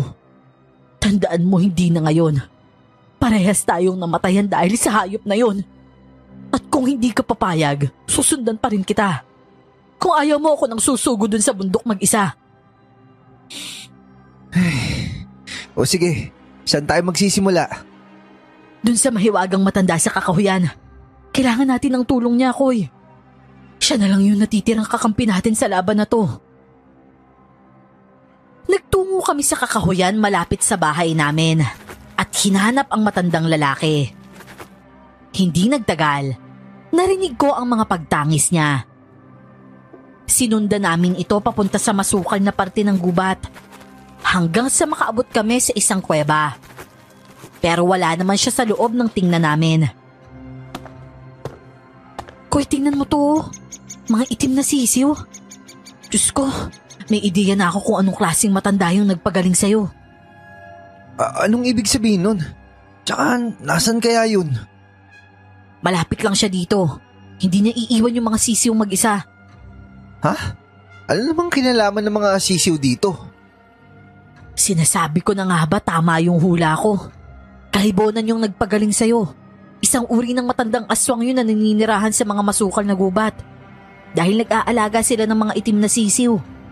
At yung mga sisiw na yan, mula sa ibang aswang yan. Gusto kasing palaganapin ng kalibonan yung lahi ng mga aswang kaya inaalagaan nila yan. Aswang? Bakit naman ako tutulungan ng aswang na yun? Tsaka bakit siya mismo yung tinutugis na isa pang aswang? Hindi ba dapat sila yung magkakampi? Dahil nasa akin ang susi ng tunay na pagkatao mo, iho. Sumulpot ang matandang lalaki sa likod ng mga puno. Habang papalapit siya sa amin, nag-iiba ang anyo niya. Hindi na matandang lalaki pero isang pangit na hukluba na may malupit na itsura. Napaatras kaming dalawa ni Stella. Pero nakita naming dahan-dahang hinihimas nito ang mga sisiw. Sa kabila ng itsura niya, ngumiti ito at mukhang hindi kami sasaktan. Huwag kayong matakot sa akin. Totoo ang sabi ng dalaga na isa akong kalibonan. Ibig sabihin, totoo nga. Diyos ko po, Kukoy. Hindi ko maintindihan, Stella. Ipaliwanag mo. Nalilito na ako. Yung mga kalibonan, mga uri ng aswang na mapag-isa pero matulungin sila. Oo nga. Talagang tinulungan niya ako sa pilay ko. Tama naman eh. Matulungin sila sa kapwa aswang, Kukoy. Dahil ang layunin nila, mapanatili ang katatagan at mapalaganap ang lahi ng mga aswang. Ha? Sinasabi mo bang kaya nila ako tinutulungan kasi aswang ako? Nagpapatawa ka ba? O nahihibang ka na? Seryoso nga ako, Kukoy. Hindi ba inaral ko yung dugo mo? Sabi ko kakaiba ka, di ba? Yun pala yun. Kaya pala hindi gumagana yung gamot na binigay namin sa'yo. Kasi pang tao yung gamot na yun. Hindi yun pang aswang. Kalokohan yan, Stella. Hindi ako naniniwala sa'yo. Sabi mo, gumaling na ako dun sa mga kagat sa akin ng hanagob, di ba? Paano ako naging aswang nun? Dapat alam ko dahil katawan ko to. Ayoko naman kumain ng tao eh. Ano ba ang pruweba mo? Hindi mo ba napansin? Nung nagluluto ako, kakainin mo na dapat yung hilaw na karne, di ba? Hindi. Hindi pa rin ako naniniwala. Nagkakamali ka. Likas lang sa mga bagong aswang ang maghangad ng ganong klaseng pagkain. Iba-iba ang paraan ng pagiging ganap na aswang. Tignan nyo, itong mga sisiw mo. Isang paraan ito na ginagamit ko upang gawing ganap na aswang ang mga tao na may nakatagong dugong aswang sa pamamagitan ng pagsasalin ng kanilang katangian. Hindi pa rin ako makapaniwala. Buong buhay ko, wala naman ganitong sinabi sa akin si nanay. Marami siyang sikreto pero maaari kayang isa nga to sa mga yon. Bigla kong naalala ang litrato ni tatay sa bulsa ko. Nilabas ko ito at dito na bumulagta ang katotohanan sa mukha ko. Dahil hindi nagkakalayo ang itsura ni tatay sa hanagob. Ang puti at mahabang buhok ay kuhang-kuha niya. Ano yan, Kukoy? Litrato to ni tatay. Ngayon ko lang napagtanto. Kaya pala pamilyar yung buhok niya. Stella, may lahi pala kami aswang. Diyos ko. Hindi lang pangkaraniwang aswang iyo. Napapabilang ka sa lahi ng mga haring aswang. Isang hanagob ang iyong tatay. Dahil una pa lang, naamoy ko na yun sa'yo. Kaya kita pinagaling dahil dito. Puro ang dugo ng tatay mo. Pero ikaw, may halo ka ng iyong nanay mo na tao. Pero bagamat ganon, malakas pa rin ang dugong aswang na dumadaloy sa'yo. Teka, hindi ko po maintindihan. Paano ngayon ko lang nalaman to? Sabihin mo sa akin, kakalipas lang ba ng kaarawan mo? Oo, noong 1 linggo lang po. Nung araw na yun, nagsimula na lahat ng gulo.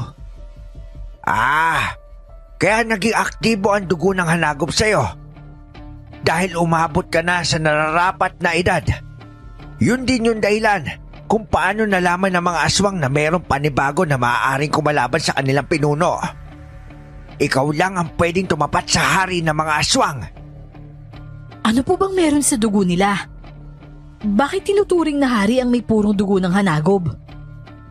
Buo ngayon ng hindi pangkaraniwang pagsasama ng isang sinaunang purong dugong babaeng bangkilan at isang lalaking gabunan. Dalawang makapangyarihang uri ng aswang na karaniwang magkaaway. Kaya kakaiba talaga siya. Dahil natatangi ang pagsanib ng kanilang mga dugo, bihira at nagre-resulta sa pagkapanganak na isang hanagob. Isang aswang na nagtataglay ng pinagsamang lakas ng kakayanan ng dalawang makapangyarihan lahi. Kaya pala habulin ka ng mga babae ko eh. May lahing bangkilan ka? Mapang-akit yung aswang na ganun. Teka, sandali nga lang ho. Sinasabi niyo po bang malakas ako tapos may dalisay akong dugo? Pero kung ano man yan, sa totoo lang, hindi ko talaga ramdam. Malayong malayo. May panahon na nangihina ako at hindi ko talaga na ipagtatanggol yung kapatid ko. Nakuha nga po siya ng hanagob eh. Dahil bagamat nasa tamang edad ka na at aktibo na ang dugo sa iyo, hindi pa buo ang pagiging hanagob mo. Hindi pa nabubuo dahil hindi mo pa tinatanggap ang itim na bato. Ito din yung dahilan kung bakit ako hinahabol na agaras. Akala niya mabilis niya ako magagapi at mawawala ng pagkakataon mo para tanggapin ito. Mula sa kanyang kuweba ay may kinuha ang kalibonan. Isang itim na bato ang inabot niya sa akin. Napansin ko na hirap siyang maglakad at kulay itim na ang sugat mula sa pagkakakagat sa kanya ng agaras nung huling pagkikita namin. Tatang, ano po ba nangyayari sa inyo? Bakit kayo hirap na hirap? Dahil yung laway na agaras, tuluyan na ako nalalason. Baka naman may magawa kaming paraan. Gamot ho, na pwede ipagdapal dyan. Hindi na. Wala na akong pag-asa. Tanggap ko na rin yon. Ang importante, maisalin ko sa iyo yung bato. Kaya makinig ka, iho, dahil bilang na ang oras ko. Kailangan mo isubo yan para maging ganap na ang kapangyarihan mo dahil sa ngayon, wala kang laban. Pero magiging ganap na aswang ka na pag nilunok mo yan, Koy. Pag-isipan mo ng mabuti. Hindi mo na mababalik yung pagiging tao mo. Pero hindi ko maililigtas si Dahlia kung ganito ako. Kailangan maging ganap yung pagiging aswang ko. Kung gusto ko ng pantay na laban sa hanagob, wala na akong choice, Stella. Gagawin ko ang lahat para sa kapatid ko. Hindi na ako nagpatumpik-tumpik at nilunok ko ang itim na bato. Biglang nag-init ang buo kong katawan. Para akong nilalagnat at bigla akong naduwal. Tinapik ni Stella ang likod ko, pero umatungal ako nang maramdaman ko ang kamay niya dahil naaamoy ko ang dugong dumadaloy sa kanya.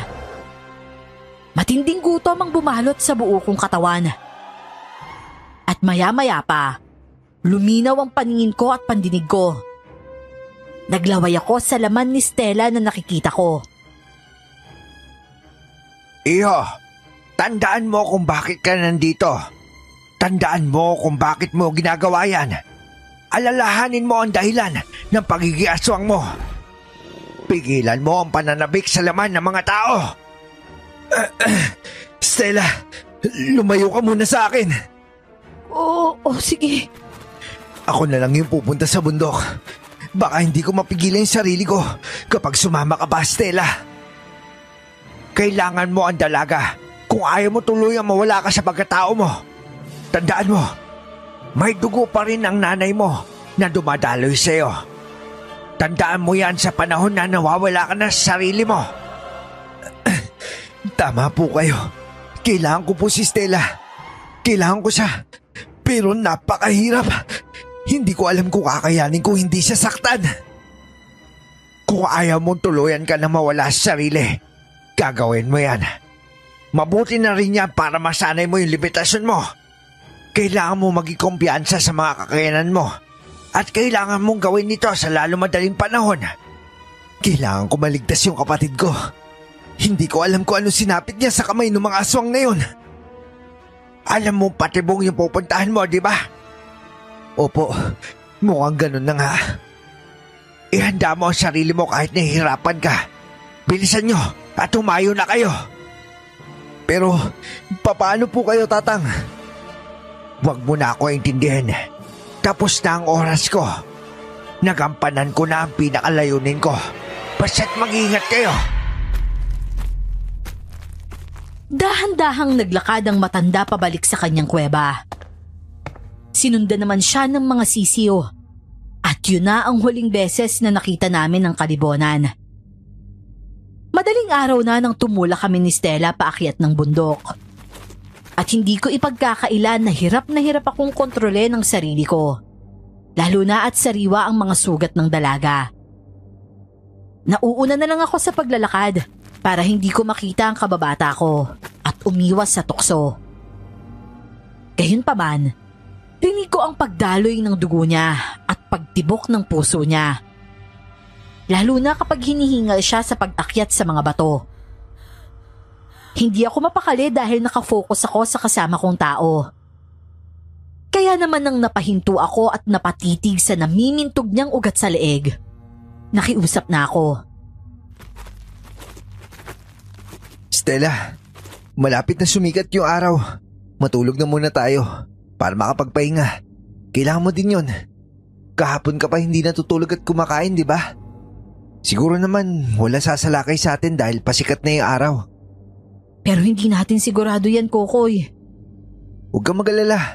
Nakabantay naman ako. Mas madali ko sila maamoy at makikita ngayon. Gigisingin kita kagad kung meron pa parating. Kung sigurado ka dyan, iidlip na lang muna ako. Pagod na talaga ako eh. Pero Kokoy, ayos ka lang ba talaga? Sigurado ka ba na kaya mo yung sarili mo? Baka naman mamaya magising na lang ako na nakakagat ka na sa hita ko ha. Pwede kasing lumayo na muna ako sa'yo kung gusto mo. Ayos lang ako. May control naman ako eh. Tsaka hindi ka pwedeng lumayo. Mas delikado ka doon. Kahit anong oras pwede ka salakayin. Mabuti nang kasama mo ko. O sige. Hindi ko na kasi talaga kaya yung pagod eh. Kailangan ko na talagang matulog. O sige lang. Babantayan kita. At totoo namang binantayan ko siya. Sa sobrang pagbabantay ko, kabisado ko na ang tibok ng puso niya at bawat paghinga. Sa puntong ito ay naglalaway na ako. Nakafocus na lang ako sa leeg niya, sa mga braso niya, sa mga parte ng katawan na alam kong malaman at maraming dugo ang lalabas kapag kinagat ko. Isang kagat lang talaga. Hindi naman siguro magagalit si Stella. Alam naman niya na gutom ako. At isang saglit pa, nakatingin ako sa leeg ni Stella. At sa susunod ay hindi ko na malaya na nasunggaban ko na siya. Agad niya akong tinulak paalis, pero umatungal ako at nilabas ang mga pangil ko.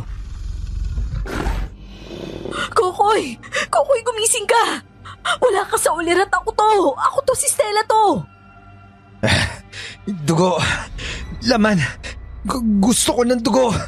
Gusto ko ng dugo mo't laman! Kokoy! Uy! Ikaw si Kokoy, hindi ka lang aswang. Anak ka ni Aling Teresa. Kapatid ka ni Dahlia. Diba? Naaalala mo ba sila? Dahlia? Oo. Oo, si Dahlia yung kapatid mo. Di ba gagawin mo lahat para kay Dahlia? Hindi niya gugustuhin kung sasaktan mo ko. Kokoy! Kokoy, ano ba? Pero napakabango ng dugo mo. Kokoy! Kokoy, ano ba, magkaibigan tayo? Hindi ka halimaw. Pigilan mo yan. Gumising ka, Kokoy. Para kay Dahlia, Kokoy. Dahlia! Dahlia! Umiling ako ng paulit-ulit habang naririnig ang pangalan ng kapatid ko. Pilit kong inaalala ang pangalan ng pamilya ko sa gitna ng matinding kagustuhan na wasakin ang katawan ng tao sa harap ko at pagpiestahan ng dugot laman nito. Medyo nagliwanag ang isip ko, kaya agad akong tumakbo paalis. Sinundan ng ilong ko ang isa pang panibagong tibok ng puso. May malapit na baboy ramo. Hinabol ko ito hanggang sa nasunggaban ko. At sa wakas ay nakakain ako.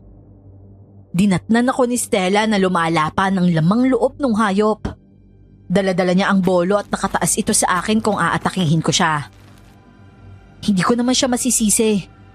Muntik nang mangyari yun kanina kung hindi ko lang napigilan ang sarili ko. Koy, ayos ka lang ba? Okay na ako. Gutom na gutom lang talaga ako. Akala ko talaga kanina, tutuluyan mo na ako eh. Hindi ko alam kung paano nagawa ni tatay yung hindi niya kami kainin. Sobra yung pagtitiis niya. Lagi pa naman niya kami kasama. Siguro ganito rin siya. Nagpapakabusog siya sa mga hayop. Siguro nga. Kahit naman kanina, nagawa mo namang kontrolin eh. Partida pa yun ha, kasi bago ka pa lang at gutom na gutom ka. Hayaan mo sa susunod, alam na natin yung gagawin. Anong sa susunod? Stella, di ba halatang mapanganib ako? Sasama ka pa rin sa akin? Siyempre naman, Kokoy. Naniniwala naman ako sa kakayanan mo eh. Paano kung di ko napigilan? Di itatapoy kita. Bakit naman kita hahayaang sakmalin ako? Nakakalimutan mo ba na marunong ako makipaglaban? Kung sa bagay, tama ka naman. Pero napakadelikado nun para sa'yo. Hindi lang dahil sa akin. Pero kutaan ng mga aswang yung pupuntahan natin. Uulitin ko sa'yo, Kokoy ah. Kahit hindi ako sumama sa'yo, dun din ang punta ko. Tutugising ko din yung hanagob na yon. Kaya kung ako sa'yo, gawin na lang natin yung makakaya natin para magsanib puwersa. O sige, kayanin natin to. At magagawa natin yon kung busog na busog ka. Mga aso pa tayo. Tuturuan kita ng paraan na makapanghuli nang hindi nasasaktan yung mga hayop. Agad akong pumayag dahil nang mabusog na ako. Binalot ako ng matinding awa sa pinaslang kong hayop. Tinuro sa akin ni Stella ang paraan na hindi marahas. Nakahuli pa kami ng ilang maliliit na hayop paakyat ng bundok na kinain ko din. Malapit na kami sa tuktok nang bigla akong napahinto. Stella, magtago ka. Ngayon na. Bakit? Ano nangyayari? Nandito yung agaras. Tumakbo na tayo. Bago ka pa makagat at malason katulad ng kalibonan. May kakayanan silang pasunurin yung ibang aswang sa kagustuhan nila, Koy. Malakas yung impluensya nila sa mga mabababang uri ng aswang. Nakalimutan mo na ba? May lahi ako ng pinakamataas na antas ng aswang. Lahi yun ng mga hari. Kaya huwag ka mag-alala sa akin, Stella. Magtago ka na. Sumunod nga si Stella at nagtago. Sinundan ko ang amoy ng agaras at natagpuan ko siyang naghihintay. Nakangisi ito at biglang umatake. Napakabilis niya, pero handa na ako sa pagkakataong ito. Sinalag ko ang pag-atake niya at nagawang makabigwas sa kanya. Nakaiwas ako sa lahat ng ginagawa niya. Kitang-kita ko ang pagkagulat sa pangit nitong muka, kaya pinaulanan ko siya ng maraming suntok. Nararamdaman ko ang pagsusubok niyang lagyan ako ng impluwensya niya at pasunurin sa kagustuhan niya, pero pinigilan ko ito. Hayop ka! Para ito sa kaibigan ko, nilason mo! Lumundag ako sa ulo niya at pinabagsak ang malaki niyang kaha. Nanghihina na siya nang kinuha ko ang itako at pinugot ang ulo niya. Nabali ang talim ng itako, pero sulit naman yon. Naipaghiganti ko ang kalibona na tumulong sa akin. Matapos nito, naging madali na lang sa akin ang mga sumunod na mga aswang na sumalakay sa amin. Para bang sa bawat napupuksa kong aswang, lumalakas ako. Hapon na nang marating namin ang kuta ng hanagob. Sa likod ng isang malaking bato, nagtago kami ni Stella at inobserbahan ang mga aswang. Marahil dahil may araw pa, walang mga bantay sa kuta nila. Hindi ko rin makita ang hanagob. At sa pagkakataong ito, ako ang nagulat dahil nakita ko sa isang kulungan si Dahlia. Nakapiring ang mga mata at may pasak ang bibig niya. Ang katabi niya ay si Nanay at magkasama sila. Buhay pa si Nanay. Agad akong tumayo para puntahan sila, pero pinigilan ako ni Stella. Stella, buhay pa si Nanay. Nakikita mo ba? Hindi pa pala siya patay.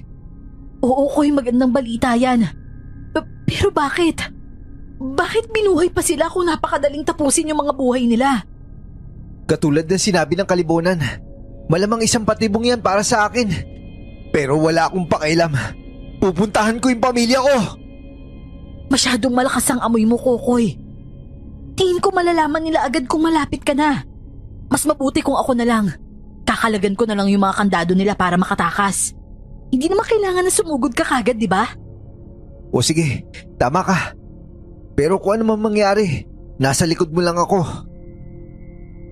Dahan-dahang bumaba si Stella mula sa pinagtataguan namin. Nakarating siya sa kulungan ng mag-ina. Nagulat naman si Dahlia nang tanggalin ni Stella ang piring nila sa mata.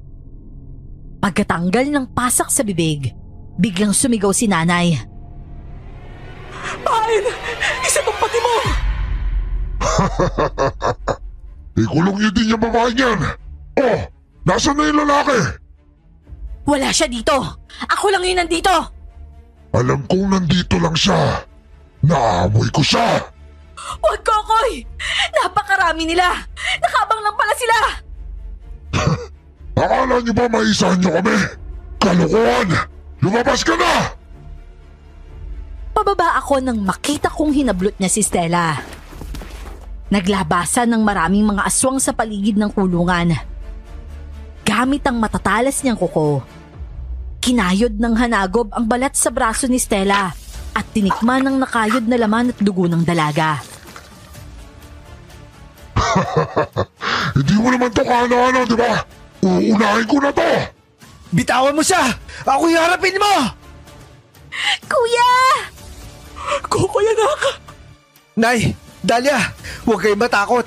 Ililigtas ko kayo! Isa kang hangal katulad ng tatay mo! Akala niyo kung sino kayo, ha? Nakalimot ka atang ako yung hari dito. Kahit nabigay na ng kalibuanan yung bato, wala ka pa rin sinabi sa kapangyarihan ko! Eh di tignan natin! Mga alagad, puksain niyo siya! Bigla akong pinalibutan ng mga aswang sa bawat panig. Sabay-sabay nila akong nilusob. Pero bawat isa sa kanila ay nagawa kong pabagsakin. Patuloy ang paglapit nila pero hindi ako napapagod. Parang lalo pa nga akong ginaganahan. Yan lang ba yung kaya nyo? Yan lang ba yung magagawa nyo? Hoy ikaw, hanagob! Puro lang ba tayo yung gagawin mo? Iutos mo lang sa kampon mo na kalabanin ako! Nag-uumpisa pa lang tayo. Makinig kayo lahat, aking mga alagad. Gusto kong makita nyo kung paano ko tatalunin itong baguhan na ito. Tandaan nyo, ito ang mangyayari sa mga ngahas na kalabanin ako. Walang makakatalo sa akin, kahit kadugo ko pa. Sa isang iglap, nag-iba siya ng kaanyuan. Biglang lumitaw ang isang malaking halimaw sa harap ko at dinakma nito si Dahlia. Nag-focus ako at ginawa ko rin ito. Nakita kong nag-iba ang anyo ng katawan ko at ramdam ko ang dagdag na lakas. Nagsabong kami sa gitna ng kaguluhan. Nagawa kong kagatin ang braso niya. Kaya nabitawan niya si Dahlia.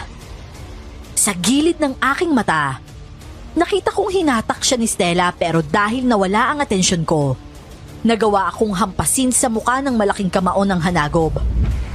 Nayanig ang ulo ko sa lakas ng puwersa. Yan yung napapala ng mga katulad mo. Maging leksyon ito sa lahat. Walang makakatalo sa akin at sa pamumuno ko. Sa totoo lang, napakadami mong dada. Puro kapag mamayabang. Nalimutan mo albularyo din ako. Napalingon siya sa sinabi kong ito. At dito ko inilabas ang ginawa naming langis ni Stella para sa hanagob. Sinaboy ko ito sa mukha niya kaya umusok ang mukha niya. Dito na siya napayuko sa hapde dahil natutunaw na ang mga mata niya. Nagkagulo ang mga aswang sa lagay ng kanilang pinuno. Sumigaw siya na atakihin kaming lahat. At maya-maya pa, dinumog kami ng napakaraming aswang. Nagsigawan sila Dahlia kaya tumakbo ko patungo sa kanila. Hindi ko na mapilang ang mga aswang na pinatay ko papunta sa kanila. Pero huli na ang lahat. Naunahan ako ng hanagob dahil dinakma niya si nanay. Hinang-hina na ang matanda at mukhang nangayayat ng husto. Kakagating niya ulit ito nang nagdilim ang paningin ko. Hindi ko na alam ang ginawa ko. Lahat ng humaharang sa akin ay marahas na pinapaslang ko. Natatawa na lang ako sa pagdanak ng dugo ng bawat aswang na nagtangkang pigilan ako. Dahil bawat isa sa kanila, pinirapiraso ko. Hindi ko mapigilan ang sarili ko. Gusto ko lang pumatay ng pumatay. Nawawala na ako sa sarili hanggang sa umabot ako sa hanagob. Walang pasabi na inatake ko siya ng paulit-ulit. Wala na siyang nagawa dahil para na akong nauulol. Pinagkakagat ko siya hanggang sa dumanak ang dugo niya, pero hindi ko pa rin siya tinigilan. Hindi ako nakontento na napaslang ko na ang pinuno. Pinatay ko ang bawat isang aswang sa paligid. Dito ko naman namataan ang katawan ni nanay sa lupa at nakita ko ang ugat niyang namimintog at may dugo. At bigla akong naisip nun na gusto ko ng laman at dugo. Kuya! Kuya, wag si nanay! Kokoy! Kokoy, nanay mo yan! Tandaan mo yung pamilya mo! Napahinto ako sa sinabi ni Stella. Napailing-iling ako. At para bang nagising ako mula sa isang bangungot. Pinagmasdan ko ang karahasang ginawa ko at napaluhod ako. Bumalik ako sa anyong tao at napaiyak ako. Niyakap naman nila ako.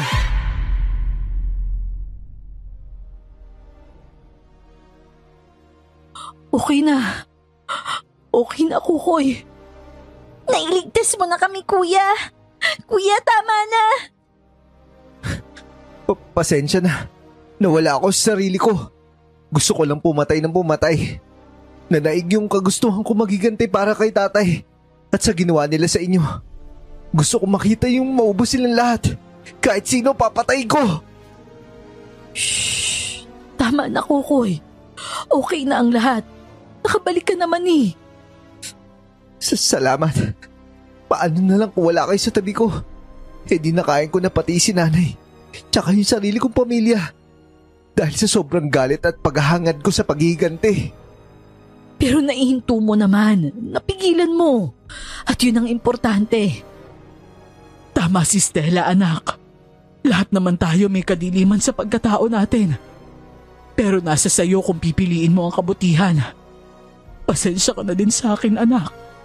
Sana mapatawad mo kung na tinago ko ang lahat. Kung nalaman mo dati pa ang pinanggalingan mo. Sana mas matagal kang nakapaghanda at hindi ka na umabot sa ganyan. Kasalanan ko to, anak. Naintindihan ko naman, Nay. Pero Diyos ko, hindi ko pala alam talaga na nagwawala ako. Muntik na kita saktan, Nay. Hindi, anak. Alam kong hindi mo magagawa sa akin yun. Niligtas mo kami. At maraming salamat. Pinagmasdan ko ang gulagulanit na katawan ng tinuring na hari ng mga aswang. Dinuraan ko ito at binuhat ko si nanay. Malubha ang lagay niya dahil sa sinapit sa kamay ng mga aswang. Gayunpaman, masaya ako dahil kumpleto pa ang pamilya namin. Hindi ko inakala na sa kabila ng lahat ng nangyari, mabubuo pa pala kami. Bumalik kami sa bahay ni Stella para magamot si nanay. Naagapan naman ang mga sugat niya at tuluyan na siyang gumaling. Sinabi ko ang katotohanan kay Dahlia tungkol sa aming dugong minana mula kay tatay.